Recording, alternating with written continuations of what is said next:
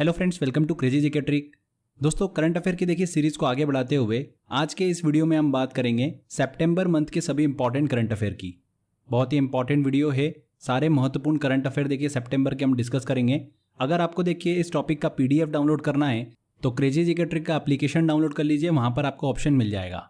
चलिए फ्रेंड्स, हम लेक्चर को स्टार्ट करते हैं। देखिए पहला क्वेश्चन है, इनमें से किसने जापान के नए प्रधानमंत्री के रूप में पद ग्रहण किया है? तो हाल ही में देखिए 16 सितंबर को योशिहिडे सुगा ने जापान के नए प्रधानमंत्री के रूप में पद ग्रहण किया है। पहले देखिए प्रधानमंत्री कौन थे? शिंजो आबे थे। उनका देखिए स्वास्थ्य खराब होने के कारण जापान के नए प्रधानमंत्री के रूप में पद किसने ग्रहण किया है? योशिहिडे सुगा ने। ध्यान रखिएगा, योशिहिडे सुगा जो है ये लिबरल डेमोक्रेटिक पार्टी मतलब एलडीपी के अध्यक्ष हैं। क्लियर। नेक्स्ट क्वेश्चन देखिए, विश्व बांस दिवस मनाया जाता है। विश्व बांस दिवस जो है हर साल 18 सितंबर को मनाया जाता है। पूरे विश्व भर में देखिए 18 सितंबर को वर्ल्ड बैम्बू डे जो है वो मनाया जाता है। और इस बार देखिए इसकी थीम क्या थी? Bamboo now. ध्यान रखिएगा, बांस के फायदों के बारे में जागरूकता बढ़ाने के उद्देश्य से ये दिवस जो है हर साल 18 सितंबर को मनाया जाता है। कि अगर हम बात करें कि largest producer of bamboo in India कौन है, तो वो कौन है? असम है। ठीक है, असम राज्य जो है वो सबसे ज़्यादा जो है बांस का प्रोडक्शन करता है। और अगर हम बात करें कि विश्व बांस संगठन का मुख्यालय कहाँ पर स्थित है, तो वो है एंटवर्प, बेल्जियम में। और विश्व बांस संगठन की स्थापना हुई थी 2005 में। क्लियर। नेक्स्ट क्वेश्चन देखिए, विश्व बांस दिवस 2020 की थीम थी, तो इस बार की थीम क्या थी? Bamboo now. हाल ही में golden Pen of Freedom award 2020 से किसे सम्मानित किया गया है? तो देखिए कोलंबिया की प्रसिद्ध पत्रकार है जिनेत बेडोया लिमा। उन्हें World Association of News Publisher द्वारा Golden Pen of Freedom Award से सम्मानित किया गया है। उन्हें यह पुरस्कार जो है महिलाओं के अधिकारों को बढ़ावा देने तथा उनकी रक्षा करने हेतु प्रदान किया गया है। Golden Pen of Freedom award जो है ये एक वार्षिक पुरस्कार है जो ऐसे व्यक्ति या संगठनों को प्रदान किया जाता है जिन्होंने प्रेस की स्वतंत्रता में उत्कृष्ट योगदान दिया हो। इसकी शुरुआत कब हुई थी? 1961 से देखिए इसकी शुरुआत हुई थी golden Pen of Freedom award की। इस बार किसे दिया गया है? जिनेत बेडोया लिमा को दिया गया है। A answer. हाल ही में आदित्य पुरी को यूरोमनी अवार्ड 2020 में लाइफ टाइम अचीवमेंट अवार्ड से सम्मानित किया गया। वह किस बैंक के एमडी मतलब प्रबंध निदेशक हैं? तो फ्रेंड्स, भारत के देखिए एचडीएफसी बैंक के प्रबंध निदेशक हैं। कौन? आदित्य पुरी। वे सितंबर 1994 से इस पद पर बने हुए हैं। यूरोमनी अवार्ड द्वारा 2020 में एचडीएफसी बैंक को देखिए इंडियाज बेस्ट बैंक भी घोषित किया गया है। तो फ्रेंड्स, हाल ही में आदित्य पुरी को यूरोमनी अवार्ड 2020 में लाइफ टाइम अचीवमेंट अवार्ड से सम्मानित किया गया। एचडीएफसी के देखिए प्रबंध निदेशक हैं। बी आंसर यहाँ पर सही होगा। प्रधानमंत्री नरेंद्र मोदी ने हाल ही में वीडियो कॉन्फ्रेंसिंग के माध्यम से पत्रिका गेट का उद्घाटन कहाँ पर किया? देखिए हाल ही में प्रधानमंत्री ने वीडियो कॉन्फ्रेंसिंग के माध्यम से जयपुर में पत्रिका गेट का उद्घाटन किया है। इस अवसर पर देखिए उन्होंने 2 पुस्तकों का विमोचन भी किया। ध्यान रखिएगा, संवाद उपनिषद और अक्षर यात्रा, इन 2 पुस्तकों का देखिए उन्होंने विमोचन भी किया है। इन दोनों पुस्तकों के लेखक कौन है? पत्रिका समूह के जो चेयरमैन है गुलाब कोठारी, उन्होंने देखिए इस पुस्तक को लिखा है। राजस्थान पत्रिका के प्रधान संपादक गुलाब कोठारी ने इन बुक को लिखा है। ठीक है फ्रेंड्स, तो कहां पर देखिए पत्रिका गेट का उद्घाटन किया गया? जयपुर में। पुस्तक संवाद उपनिषद और अक्षर यात्रा के लेखक हैं। तो फ्रेंड्स, संवाद उपनिषद और अक्षर यात्रा के लेखक कौन है? गुलाब कोठारी। किस राज्य सरकार ने कोविड-19 से निपटने हेतु मेरा परिवार मेरी जिम्मेदारी अभियान की शुरुआत करी है? तो हाल ही में महाराष्ट्र सरकार ने कोविड-19 से देखिए निपटने हेतु मेरा परिवार मेरी जिम्मेदारी अभियान की शुरुआत करी है। केशवानंद भारती का निधन हो गया, उन्हें किस नाम से जाना जाता है? देखिए केशवानंद भारती जो थे ये केरल के इडनीर हिंदू मठ के प्रमुख थे। इन्हें संविधान के रक्षक के रूप में जाना जाता है। अब इन्हें संविधान के रक्षक के रूप में क्यों जाना जाता है? तो देखिए 47 साल पहले सुप्रीम कोर्ट ने केशवानंद भारती बनाम स्टेट ऑफ केरल मामले में एक ऐतिहासिक निर्णय सुनाया था। सुप्रीम कोर्ट ने कहा था कि संविधान के अनुच्छेद 368 में संसद को संविधान संशोधन करने का अधिकार तो है, लेकिन संशोधन के जरिए संविधान के मूल ढांचे में बदलाव नहीं किया जा सकता। तो ये देखिए एक ऐतिहासिक फैसला सुनाया गया था 47 साल पहले। इस तरीके से भारतीय संविधान में उनके योगदान के लिए संविधान के रक्षक के रूप में इन्हें जाना जाता है। तो यहाँ पर संविधान के रक्षक, बी आंसर बिल्कुल सही होगा। ये जरूर ध्यान रखिएगा कि केरल के इडनीर हिंदू मठ के प्रमुख थे केशवानंद भारती। विश्व ओजोन दिवस मनाया जाता है। तो फ्रेंड्स 16 सितंबर को देखिए संपूर्ण विश्व में विश्व ओजोन दिवस जो है वो मनाया जाता है। ओजोन परत के संरक्षण और इसके बारे में जागरूकता फैलाने के उद्देश्य से 16 सितंबर को विश्व ओजोन दिवस मनाया जाता है। फ्रेंड्स, इस बार की देखिए थीम क्या थी, ध्यान रखिएगा, ozone for life 35 years of ozone layer protection. Ozone परत जो है ये पृथ्वी के धरातल से लगभग 20 से 30 किलोमीटर की ऊंचाई पर वायुमंडल के समताप मंडल में स्थित है। देखिए, जिसे स्ट्रेटोस्फीयर के नाम से जाना जाता है। ओजोन लेयर सूर्य से आने वाली खतरनाक पराबैंगनी किरणों को अवशोषित कर लेती है। तो फ्रेंड्स, 16 सितंबर को विश्व ओजोन दिवस मनाया जाता है। भारतीय नौसेना के युद्ध पोत पर तैनात होने वाली पहली महिला अधिकारी हैं। हाल ही में लेफ्टिनेंट कुमुदिनी त्यागी और सब लेफ्टिनेंट रिति सिंह को भारतीय नेवी के युद्ध पोत पर ऑब्जर्वर के तौर पर देखिए नियुक्त किया गया है। ये दोनों इतिहास में पहली बार आधिकारिक तौर पर किसी भी युद्ध की स्थिति में वॉरशिप में शामिल होने वाली महिलाएं होगी। ये दोनों ऑफिसर जो है MS-60R हेलीकॉप्टरों को देखिए उड़ाएगी और दुश्मन के पोतों और पनडुब्बियों को डिटेक्ट करने का काम करेगी। तो फ्रेंड्स, ध्यान रखिएगा, भारतीय नौसेना के युद्ध पोत पर तैनात होने वाली पहली महिला अधिकारी कौन है? कुमुदिनी त्यागी और रिति सिंह। ए और बी दोनों यहाँ पर सही होगा, तो सी आंसर। हाल ही में SP बालासुब्रमण्यम का निधन हो गया, वह थे, वेरी वेरी इंपॉर्टेंट है। देखिए, प्रसिद्ध संगीतकार और गायक SP बालासुब्रमण्यम का हाल ही में निधन हो गया। अलग अलग भाषाओं में 40,000 से अधिक गीत गाने वाले बालासुब्रमण्यम को 6 बार राष्ट्रीय फिल्म पुरस्कार से भी सम्मानित किया जा चुका है। वर्ष 2001 में इन्हें पद्मश्री और 2011 में पद्म भूषण से भी सम्मानित किया गया था। तो SP बालासुब्रमण्यम का निधन हो गया। कौन थे वो? प्रसिद्ध संगीतकार और गायक थे, बी आंसर। इनमें से किसे एसर इंडिया का नया ब्रांड एम्बेसडर नियुक्त किया गया है? तो देखिए, हाल ही में सितंबर में प्रसिद्ध बॉलीवुड अभिनेता सोनू सूद जो है वो पर्सनल कंप्यूटर निर्माता कंपनी एसर इंडिया के नए ब्रांड एम्बेसडर नियुक्त हुए हैं। एसर इंडिया जो है देखिए एक ताइवान की कंपनी है। तो यहाँ पर सोनू सूद को बनाया गया है। पुस्तक किचन ऑफ ग्रेटिट्यूड के लेखक हैं। इंपॉर्टेंट क्वेश्चन है। देखिए, पुस्तक किचन ऑफ ग्रेटिट्यूड के लेखक कौन है? विकास खन्ना। इनके द्वारा यह पुस्तक लिखी गई है। 2021 में देखिए पुस्तक जो है वो प्रकाशित की जाएगी। इनमें से किस राज्य सरकार ने संस्कृत को आम बोलचाल की भाषा के रूप में बढ़ावा देने हेतु संस्कृत ग्राम बनाने का निर्णय लिया है? तो उत्तराखंड सरकार ने संस्कृत को आम बोलचाल की भाषा के रूप में बढ़ावा देने हेतु संस्कृत ग्राम बनाने का निर्णय लिया है। इस पहल के दौरान उत्तराखंड के सभी जिलों के कम से कम एक एक गांव में संस्कृत ग्राम जो है वो बनाया जाएगा। तो यहाँ पर डी आंसर सही होगा, उत्तराखंड। विश्व पर्यटन दिवस मनाया जाता है। तो हर साल देखिए 27 सितंबर को संपूर्ण विश्व में विश्व पर्यटन दिवस मनाया जाता है। इस साल भी मनाया गया। इसकी शुरुआत कब हुई थी? 1980 में इसकी शुरुआत हुई थी संयुक्त राष्ट्र विश्व पर्यटन संगठन के द्वारा। और इसका उद्देश्य क्या है? दुनिया भर में पर्यटन को बढ़ावा देना। 2020 में इस दिवस की थीम क्या थी? वेरी वेरी इंपॉर्टेंट है, पर्यटन और ग्रामीण विकास, टूरिज्म एंड रूरल डेवलपमेंट। बहुत ही इंपॉर्टेंट क्वेश्चन है ये, इसकी थीम जरूर ध्यान रखिएगा, टूरिज्म एंड रूरल डेवलपमेंट। ठीक है फ्रेंड्स, तो विश्व पर्यटन दिवस कब मनाया जाता है? 27 सितंबर को मनाया जाता है। विश्व पर्यटन दिवस की थीम क्या थी? तो देखिए, इस बार की थीम क्या थी? पर्यटन और ग्रामीण विकास, tourism and rural development, B answer. हाल ही में प्रकाशित पुस्तक the end of an era, India exit Tibet के लेखक हैं। तो देखिए, इस पुस्तक को किसने लिखा है? क्लाउड अर्पी ने इस पुस्तक को लिखा है। इस पुस्तक में देखिए 1947 से 1962 के दौरान भारत तिब्बत संबंधों को चित्रित किया गया है। The end of an era, India exits Tibet. इसके लेखक कौन है? क्लाउड अर्पी। केंद्र सरकार के द्वारा बैंकिंग संशोधन अधिनियम 2020 पारित किया गया। इसके तहत किस अधिनियम में संशोधन किया गया? यह भी इंपॉर्टेंट क्वेश्चन है। कौन सा बैंकिंग रेगुलेशन एक्ट में देखिए संशोधन किया गया? वेरी वेरी इंपॉर्टेंट, ध्यान रखिएगा, 1949 बैंकिंग विनियमन अधिनियम 1949 में देखिए संशोधन किया गया।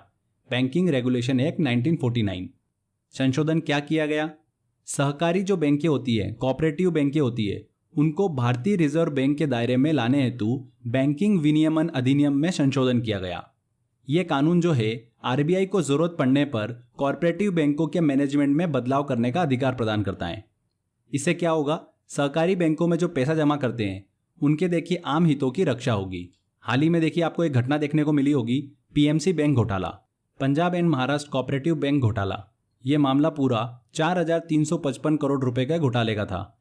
PMC बैंक जो है वर्तमान में देखिए रिजर्व बैंक द्वारा नियुक्त प्रशासक के अंतर्गत काम कर रहा है।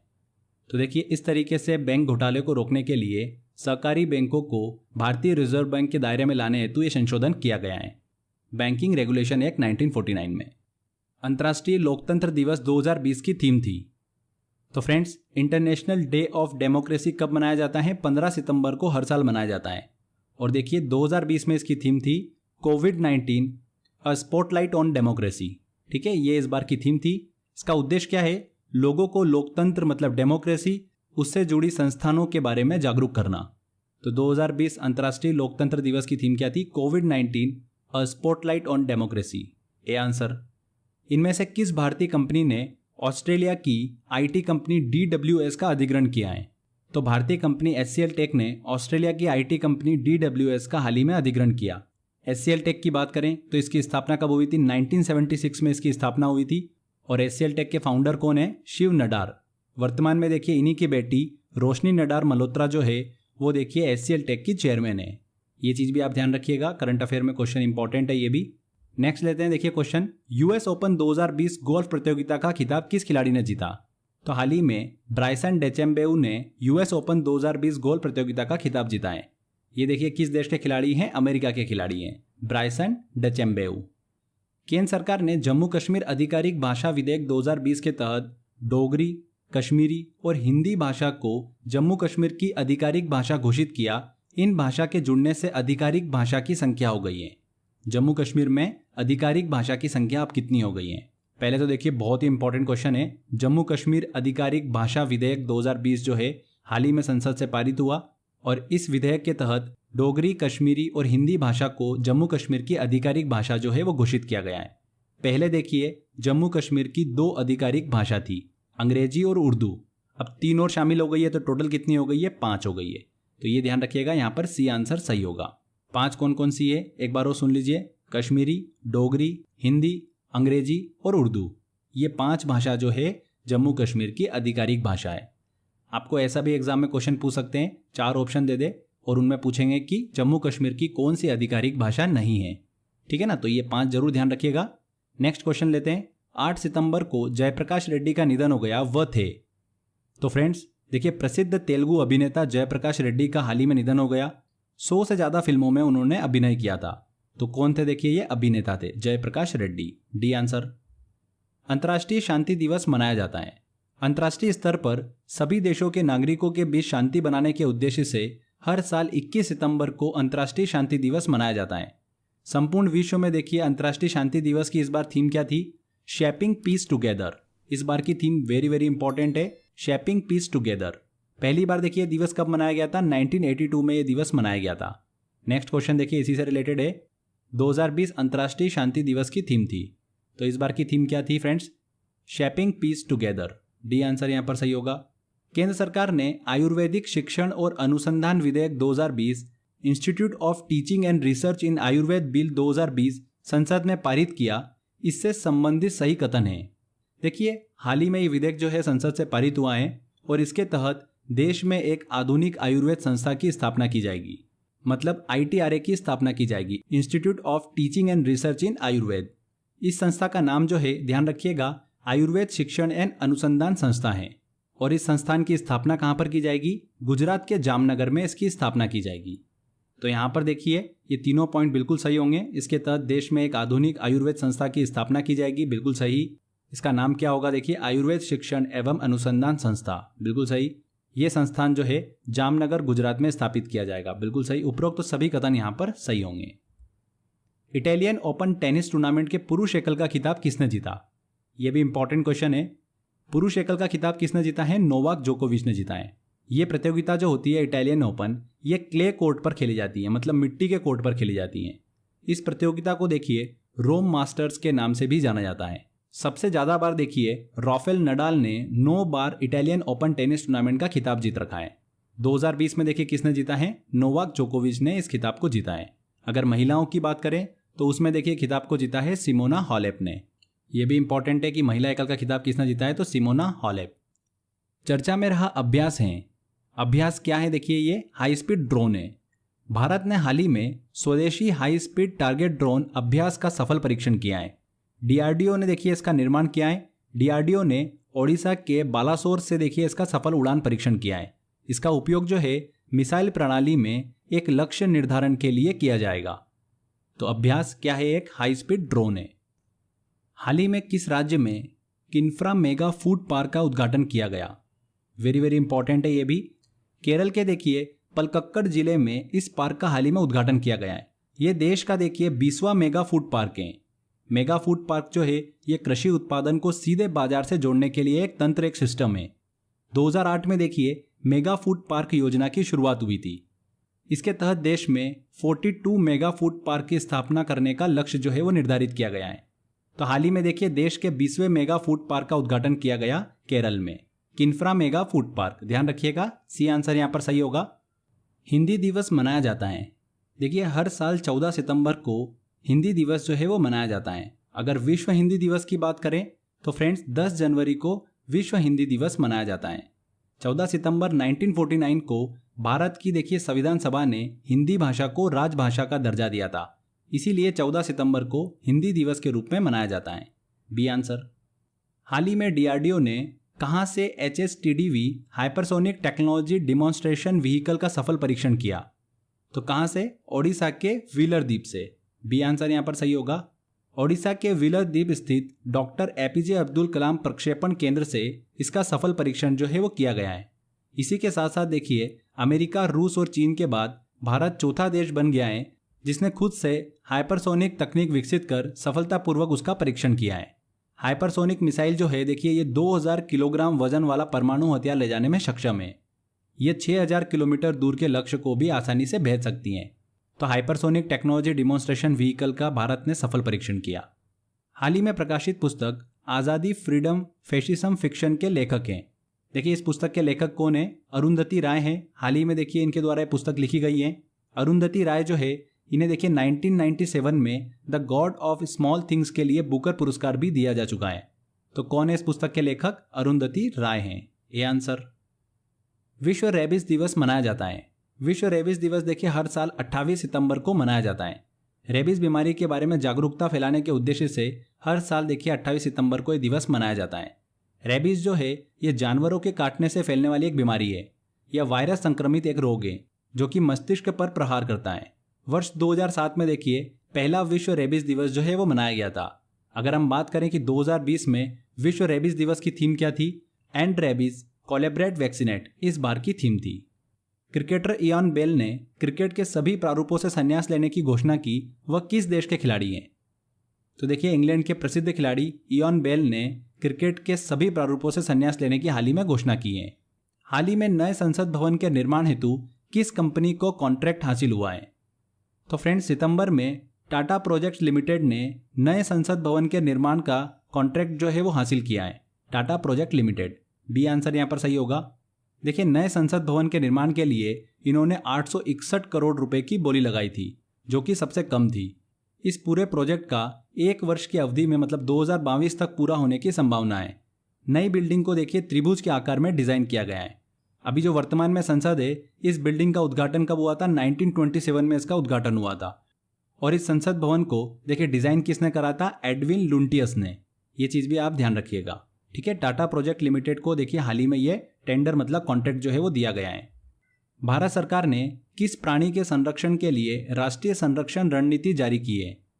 तो फ्रेंड्स 2 सितंबर को विश्व गेंडा दिवस मनाया जाता है। उसके अवसर पर भारत सरकार ने देखिए एक सींग वाले गेंडे के संरक्षण के लिए राष्ट्रीय संरक्षण रणनीति जो है वो जारी की है। देखिए आपको पता होना चाहिए कि भारत जो है वो दुनिया में एक सींग वाले गेंडों की संख्या की दृष्टि से प्रथम स्थान पर आता है। भारत में देखिए इनकी संख्या लगभग है 3000 के आसपास। और भारत में देखिए इनकी सबसे ज्यादा संख्या कहां पर है? असम राज्य में, काजीरंगा और मानस वन्यजीव अभ्यारण्य में, ठीक है। ये क्वेश्चन देखिए एग्जाम में बहुत बार पूछे जा चुके हैं। तो किस प्राणी के संरक्षण के लिए देखिए राष्ट्रीय संरक्षण रणनीति जारी करी है? एक सींग वाले गेंडे के लिए। D answer. वैश्विक नवाचार सूचकांक ग्लोबल इनोवेशन इंडेक्स 2020 में भारत को कौनसा स्थान प्राप्त हुआ है? तो फ्रेंड्स इस सूचकांक में देखिए भारत को जो स्थान दिया गया है 2020 में वो दिया गया है 48वां। 2019 में भारत की रैंक क्या थी? 52वीं रैंक थी। इस सूचकांक में विश्व भर की कुल 131 देशों की अर्थव्यवस्था को शामिल किया गया था जिसमें भारत को स्थान मिला है 48वां। B answer. वैश्विक नवाचार सूचकांक 2020 में प्रथम स्थान पर कौन सा देश रहा है? तो ध्यान रखिएगा पहले स्थान पर कौन सा देश रहा है? स्विट्जरलैंड रहा है। C answer. हाल ही में संसद से 3 नए कृषि बिल पास हुए। इनमें से कौन सा कृषि बिल किसानों को राज्य की मंडियों के बाहर फसल बेचने का अधिकार देता है? बहुत ही इंपॉर्टेंट क्वेश्चन है। देखिए कृषि बिल 2020 से रिलेटेड एक डेडिकेटेड वीडियो बना रखा है, अगर आपने वो नहीं देखा है तो डिस्क्रिप्शन बॉक्स में लिंक दे रखा है, आप वहां से देखिए वो वीडियो देख सकते हैं। उसमें देखिए अच्छे से इस टॉपिक को डिटेल में एक्सप्लेन किया है। तो देखिए 3 बिलों में से कौन सा बिल है जो किसानों को राज्य की मंडियों के बाहर फसल बेचने का अधिकार देता है, तो वो है कृषि उपज वाणिज्य एवं व्यापार बिल 2020। ये आंसर यहाँ पर बिल्कुल सही होगा। हाल ही के दिनों देखिए एमी पुरस्कार 2020 की घोषणा की गई। इनमें से किस टेलीविजन सीरीज को आउटस्टैंडिंग ड्रामा सीरीज पुरस्कार से सम्मानित किया गया है? ये भी वेरी वेरी इंपॉर्टेंट क्वेश्चन है। देखिए फ्रेंड्स, एमी पुरस्कार जो है ना, ये एक अमेरिका का पुरस्कार है जो कि टेलीविजन उद्योग में उत्कृष्ट कार्य के लिए दिया जाता है। इसी से मिलते जुलते देखिए 2 पुरस्कार और है, एक टोनी पुरस्कार जो कि नाटक के लिए दिया जाता है और एक ग्रैमी पुरस्कार जो कि संगीत के क्षेत्र में दिया जाता है। ठीक है, तो हम बात कर रहे हैं देखिए एमी पुरस्कार की, जो कि टेलीविजन के क्षेत्र में दिया जाता है। तो इस साल देखिए सक्सेशन टेलीविजन सीरीज को आउटस्टैंडिंग ड्रामा सीरीज पुरस्कार से सम्मानित किया गया है। ये आंसर यहाँ पर सही होगा। एमी पुरस्कार किस क्षेत्र में उत्कृष्ट कार्य के लिए दिया जाता है? तो टेलीविजन के क्षेत्र में दिया जाता है एमी पुरस्कार। टोनी पुरस्कार नाटक के क्षेत्र में और ग्रैमी पुरस्कार संगीत के क्षेत्र में। हाल ही में 25 सितंबर को एनएमसी नेशनल मेडिकल कमीशन अस्तित्व में आया। इसने किसका स्थान लिया है? तो फ्रेंड्स, हाल ही में देखिए संसद से नेशनल मेडिकल कमीशन बिल जो है वो पास हुआ है, जिसके तहत देखिए 1933 में स्थापित भारतीय चिकित्सा परिषद जो है एमसीआई, उसको पूरी तरीके से देखिए भंग कर दिया गया है। एनएमसी जो है एक इंडियन रेगुलेटरी बॉडी है जिसमें 33 मेंबर्स हैं। एनएमसी का काम क्या होगा? ये आयोग मेडिकल क्वालिफिकेशंस को मान्यता देगा, मेडिकल स्कूलों को मान्यता देगा, भारत की चिकित्सा पद्धति की निगरानी करेगा, मेडिकल एग्जाम को हैंडल करने का काम करेगा, मल्टीपल एग्जाम की जगह पर सिंगल एग्जाम हो, और भारत में मेडिकल इंफ्रास्ट्रक्चर का आकलन करने का काम करेगा। कौन? एनएमसी। ठीक है फ्रेंड्स, तो हाल ही में देखिए नेशनल मेडिकल कमीशन जो है वो अस्तित्व में आया है। नीति आयोग ने देखिए medical council of India MCI को नेशनल मेडिकल कमीशन एनएमसी के साथ बदलने की सिफारिश करी थी। क्यों करी थी? क्योंकि इनसे पूर्व जो सरकार थी उसने देखिए भ्रष्टाचार के आरोपों के कारण भारतीय चिकित्सा परिषद जो था एमसीआई, उसको समाप्त करने का निर्णय लिया था। ठीक है, तो नीति आयोग की सिफारिश के देखिए चलते एनएमसी जो है वो अस्तित्व में आया है। इसका हेडक्वार्टर कहाँ पर स्थित है? न्यू दिल्ली में स्थित है। और वर्तमान में देखिए इसके चेयरपर्सन कौन है? सुरेश चंद्र शर्मा है। ध्यान रखिएगा, सुरेश चंद्र शर्मा जो है वो वर्तमान में देखिए इसके अध्यक्ष हैं। एनएमसी नेशनल मेडिकल कमीशन के पहले अध्यक्ष हैं। कौन है? सुरेश चंद्र शर्मा। एनएमसी में वर्तमान में सदस्यों की संख्याएं कितनी है? देखिए सदस्यों की संख्या 33। हाल ही में वर्ल्ड बैंक द्वारा जारी human capital index HCI report 2020 में भारत का स्थान है। तो वर्ल्ड बैंक ने देखिए मानव पूंजी सूचकांक ह्यूमन कैपिटल इंडेक्स 2020 जो है वो जारी किया है। इस सूचकांक में 174 देशों को शामिल किया गया था। 2020 से पहले ये सूचकांक जो है 2018 में जारी किया गया था।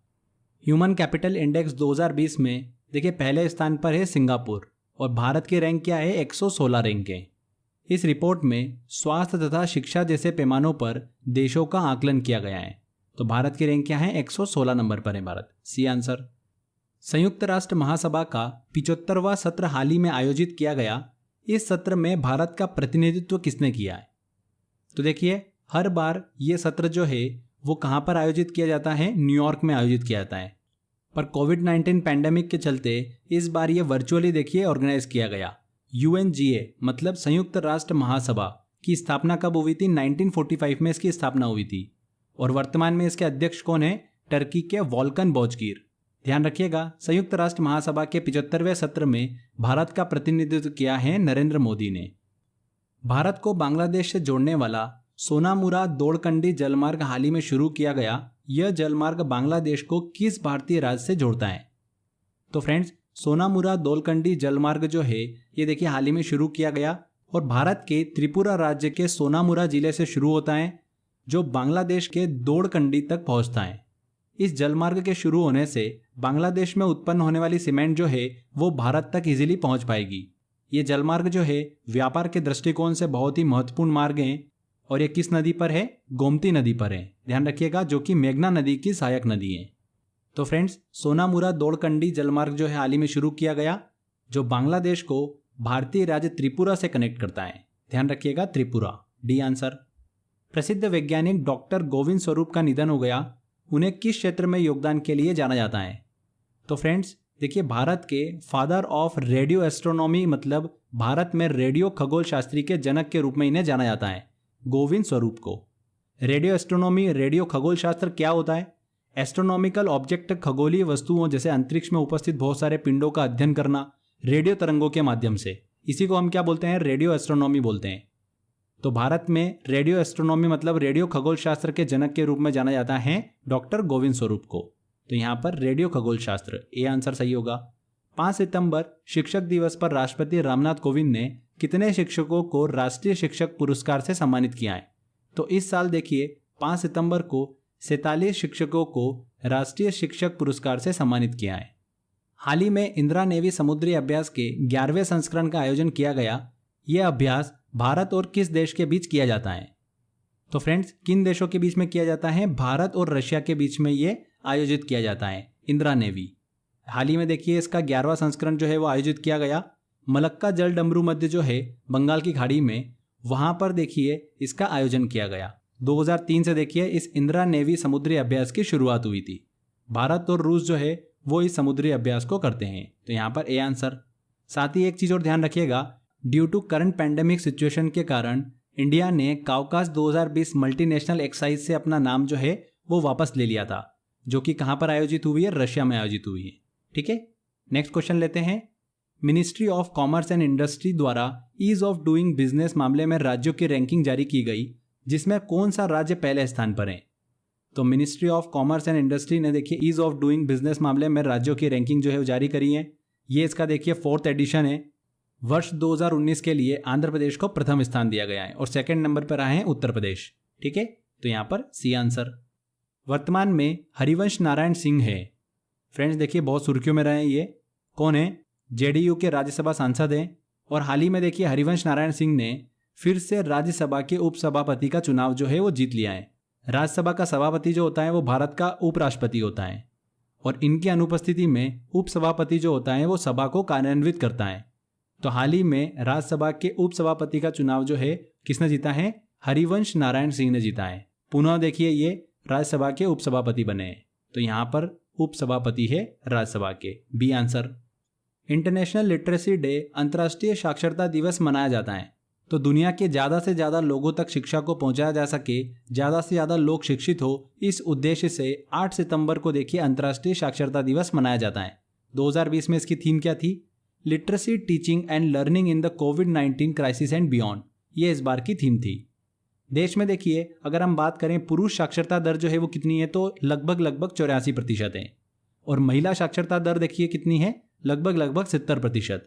भारत में केरल राज्य की देखिए साक्षरता दर जो है, ठीक है, लिटरेसी रेट जो है वो सबसे ज़्यादा है 96%। तो ये कुछ बेसिक इन्फॉर्मेशन भी ध्यान रखिएगा। इंटरनेशनल लिटरेसी डे कब मनाया जाता है? 8 सितंबर को मनाया जाता है। इनमें से किसे NSD national school of drama का प्रमुख नियुक्त किया गया है? वेरी इंपॉर्टेंट है, आने वाली एग्जाम में देखिए क्वेश्चन बन सकता है। एनएसडी का देखिए प्रमुख किसे नियुक्त किया है? परेश रावल को, सी आंसर सही होगा। एनएसडी देखिए दिल्ली में स्थित है, जिसकी स्थापना कब हुई थी? 1959 में हुई थी। एनएसडी के अध्यक्ष का देखिए यह पद जो है 2017 से खाली था। परेश रावल को हाल ही में देखिए इसका प्रमुख जो है बनाया गया है। हाल ही में डीआरडीओ ने पृथ्वी 2 मिसाइल का सफलतापूर्वक रात्रिकालीन परीक्षण किया। यह मिसाइल है देखिए पृथ्वी 2 जो है ये सतह से सतह पर मार करने वाली एक मिसाइल है। इसकी रेंज कितनी है? 350 किलोमीटर है।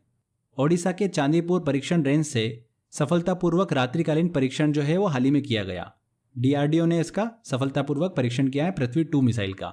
तो ये सतह से सतह पर मार करने वाली मिसाइल है, सी आंसर। इनमें से किस पर्वतारोही को स्नो लेपर्ड हिम तेंदुआ के नाम से जाना जाता है? किन्हें जाना जाता है? आंग्रिता शेरपा को। हाल ही में देखिए इनका निधन हो गया। एक नेपाली पर्वतारोही थे। उन्होंने ऑक्सीजन सिलेंडर के बिना 10 बार माउंट एवरेस्ट पर चढ़ाई करने का रिकॉर्ड जो है वो बनाया है, जिसके लिए उन्हें देखिए गिनीज वर्ल्ड रिकॉर्ड से भी सम्मानित किया जा चुका है। इस कारनामे के लिए उन्हें स्नो लेपर्ड हिम तेंदुआ के नाम से जाना जाता है। तो देखिए यहाँ पर आंग्रिता शेरपा। हाल ही में संपन्न हुए भारत डेनमार्क वर्चुअल शिखर सम्मेलन में दोनों देशों के बीच हरित रणनीतिक साझेदारी पर सहमति बनी। डेनमार्क के वर्तमान प्रधानमंत्री हैं। तो 28 सितंबर को देखिए दोनों देशों के बीच, भारत और डेनमार्क के बीच वर्चुअल शिखर सम्मेलन आयोजित हुआ और दोनों देशों के बीच हरित रणनीतिक साझेदारी पर सहमति बनी है। इस साझेदारी का उद्देश्य क्या है? रिन्यूएबल एनर्जी, पर्यावरण, अर्थव्यवस्था, जलवायु परिवर्तन जैसे क्षेत्रों में विस्तार के लिए एक रूपरेखा तैयार करना। और हम बात करें कि डेनमार्क के वर्तमान प्रधानमंत्री कौन है, तो ध्यान रखिएगा मेट्टे फ्रेडरिक्सेन जो है ये डेनमार्क की वर्तमान प्रधानमंत्री हैं। बी आंसर यहाँ पर बिल्कुल सही होगा। प्रधानमंत्री की अध्यक्षता वाली मंत्रिमंडल समिति ने वित्त वर्ष 2020-21 के दौरान 6 रबी की फसलों के न्यूनतम समर्थन मूल्य मिनिमम सपोर्ट प्राइस जो होती है उसमें वृद्धि की है। इसके तहत गेहूं का एमएसपी कितना तय किया गया है, तो गेहूं का मिनिमम सपोर्ट प्राइस जो है वो कितना तय किया गया है, 1975 रुपये प्रति क्विंटल। बी आंसर सही होगा। न्यूनतम समर्थन मूल्य एमएसपी क्या होता है, वह न्यूनतम मूल्य होता है जिस पर सरकार जो है वो किसानों द्वारा बेचे जाने वाले अनाज को खरीदने की गारंटी देती है। ओके, इसको देखिए कृषि बिल में हमने अच्छे से डिस्कस करा था एमएसपी को, तो आपको पता होगा 1975 रुपये प्रति क्विंटल जो है वो गेहूं का एमएसपी तय किया गया है। इनमें से किसने रूसी ग्रैंड प्रिक्स 2020 का खिताब जीता है? किसने जीता है? देखिए वोल्टेरी बोट्टास ने। वोल्टेरी बोट्टास ने रूसी ग्रैंड प्रिक्स 2020 का खिताब जीता है। वोल्टेरी बोट्टास जो हैं मर्सिडीज टीम से बिलोंग करते हैं और फिनलैंड के खिलाड़ी हैं। ध्यान रखिएगा, रूसी ग्रैंड प्रिक्स 2020 का खिताब जीता है। विश्व अल्जाइमर दिवस मनाया जाता है। विश्व अल्जाइमर दिवस कब मनाया जाता है? हर साल 21 सितंबर को मनाया जाता है। अल्जाइमर रोग एक मस्तिष्क रोग है जिसके कारण याददाश्त एवं सोचने की शक्ति में नुकसान होता है। यह मस्तिष्क की कोशिकाओं को पूरी तरीके से नष्ट कर देता है। तो विश्व अल्जाइमर दिवस कब मनाया जाता है? 21 सितंबर को मनाया जाता है। हाल ही में प्रकाशित वॉइसेस ऑफ डिसेंट पुस्तक के लेखक हैं। देखिए इस पुस्तक के लेखक कौन है? प्रसिद्ध इतिहासकार रोमिला थापर। रोमिला थापर ने देखिए इस पुस्तक को लिखा है। यह पुस्तक नागरिकता कानून और एनआरसी के खिलाफ भारत में जो हालिया विरोध हुआ था उस पर केंद्रित है। रोमिला थापर को 2005 में पद्म भूषण से सम्मानित किया गया था, लेकिन उन्होंने देखिए इस पुरस्कार को लेने से इनकार कर दिया था। रोमिला थापर ने किसी भी राष्ट्रीय पुरस्कार को स्वीकार नहीं करने का संकल्प ले रखा है। तो फ्रेंड्स रोमिला थापर ने इस बुक को लिखा है वॉइसेस ऑफ डिसेंट। ठीक है, डी आंसर यहां पर सही होगा। मोहम्मद हुसैन रोबल इनमें से किस देश के प्रधानमंत्री बने हैं? तो हाल ही में देखिए सोमालिया देश के प्रधानमंत्री बने हैं मोहम्मद हुसैन रोबल। सोमालिया देश जो है पूर्वी अफ्रीका का एक देश है जिसकी राजधानी क्या है? मोगादिशु। ओके, सोमालिया के प्रधानमंत्री बने हैं। नेक्स्ट देखिए क्वेश्चन, वैश्विक जोखिम सूचकांक वर्ल्ड रिस्क इंडेक्स 2020 में भारत का स्थान है। यह इंडेक्स जो है किसी देश की अति विषम परिस्थितियों मतलब आपदाओं में निपटने की स्थिति को बताता है। तो इसमें देखिए भारत को जो रैंक दी गई है वो कौन सी भी रैंक दी गई है? 89th रैंक दी गई है। ओके, भारत जो है वो श्रीलंका, भूटान और मालदीव से इस रैंकिंग में पीछे हैं। इनमें से कौन टायर कंपनी सीएट के नए ब्रांड एम्बेसडर बने हैं? तो हाल ही में आमिर खान जो है देखिए टायर कंपनी सीएट के नए ब्रांड एम्बेसडर बने। 2 वर्षों के लिए ये ब्रांड एम्बेसडर बने हैं सीएट के। राफेल लड़ाकू विमान उड़ाने वाली भारत की पहली महिला फाइटर पायलट बनी है। कौन बनी है? देखिए इंपॉर्टेंट है, शिवांगी सिंह। शिवांगी सिंह राफेल लड़ाकू विमान उड़ाने वाली भारत की पहली महिला फाइटर पायलट बनी है। शिवांगी जो है देखिए वाराणसी उत्तर प्रदेश से बिलोंग करती हैं। अगर हम बात करें कि वर्तमान में वायुसेना प्रमुख कौन है, तो ध्यान रखिएगा राकेश सिंह भदौरिया जो है ये वर्तमान में वायुसेना प्रमुख हैं। हाल ही में जसवंत सिंह का निधन हो गया, वह थे कौन थे? देखिए राजनेता थे। प्रधानमंत्री अटल बिहारी वाजपेयी के मंत्रिमंडल में भारत के विदेश मंत्री, रक्षा मंत्री और वित्त मंत्री के रूप में कार्य कर चुके हैं। जसवंत सिंह, ध्यान रखिएगा ये आंसर यहां पर सही होगा। आईटीबीपी के महानिदेशक एसएस देशवाल को एनएसजी राष्ट्रीय सुरक्षा गार्ड का अतिरिक्त भार दिया गया। एनएसजी की स्थापना हुई थी। तो हाल ही में देखिए एसएस देशवाल जो कि आईटीबीपी के महानिदेशक हैं, उन्हें एनएसजी का देखिए अतिरिक्त भार जो है वो दिया गया है। एनएसजी के प्रमुख एके सिंह जो थे वो 30 सितंबर को सेवानिवृत्त हो गए। एनएसजी की स्थापना कब हुई थी? 1986 में देखिए इसकी स्थापना हुई थी। और एनएसजी के सदस्यों को ब्लैक कैट के नाम से भी जाना जाता है। एनएसजी गृह मंत्रालय के निरीक्षण में काम करता है। तो फ्रेंड्स इसकी स्थापना कब हुई थी? 1986 में इसकी स्थापना हुई थी। हाल ही में प्रकाशित अ बुके ऑफ फ्लावर पुस्तक के लेखक हैं।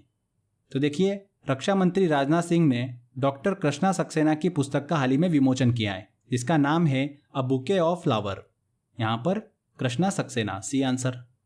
नेक्स्ट देखिए वेरी वेरी इंपॉर्टेंट क्वेश्चन है, 2020 यूएस ओपन टेनिस प्रतियोगिता के पुरुष एकल का खिताब किसने जीता है? तो यूएस ओपन टेनिस टूर्नामेंट जो है देखिए साल भर में होने वाले 4 ग्रैंड स्लैम टूर्नामेंट में से एक है। और पुरुष एकल का देखिए खिताब किसने जीता है इस साल?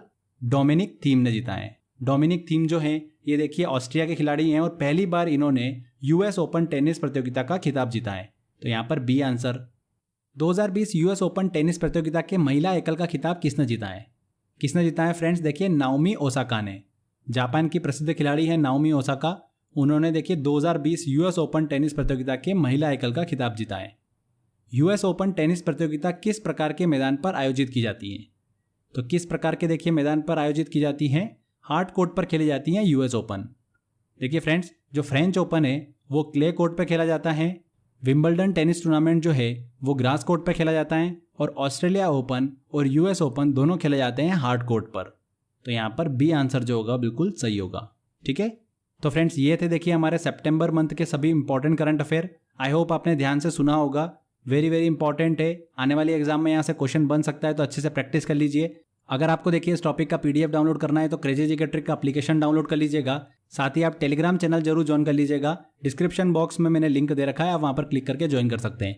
तो फ्रेंड्स आई होप आपको ये सेशन काफ़ी पसंद आया होगा। अगर अच्छा लगा है तो प्लीज़ वीडियो को लाइक करिएगा, शेयर करिएगा और कमेंट करके जरूर बताइएगा कि वीडियो कैसा लगा।